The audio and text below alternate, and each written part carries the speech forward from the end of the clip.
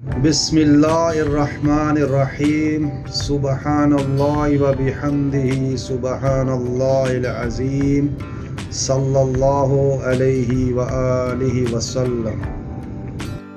نبی کریم صلی اللہ علیہ وآلہ وسلم نے فرمایا، ایک شخص راستے میں سفر کر رہا تھا کہ اسے پیاس لگی۔ پھر اسے راستے میں ایک کنواں ملا اور وہ اس کے اندر اتر گیا اور پانی پیا۔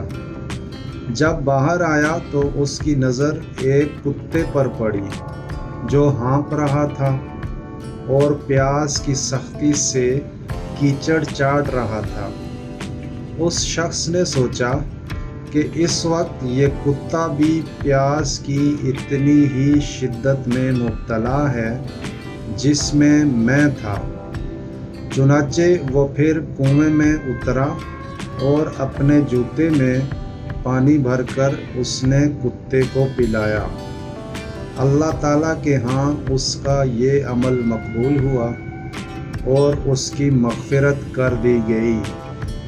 صحابہ نے پوچھا، یا رسول اللہ، کیا جانوروں کے سلسلے میں بھی ہمیں اجر ملتا ہے؟ تو آپ صلی اللہ علیہ وآلہ وسلم نے فرمایا کہ ہاں، ہر جاندار مخلوق کے سلسلے میں اجر ملتا ہے۔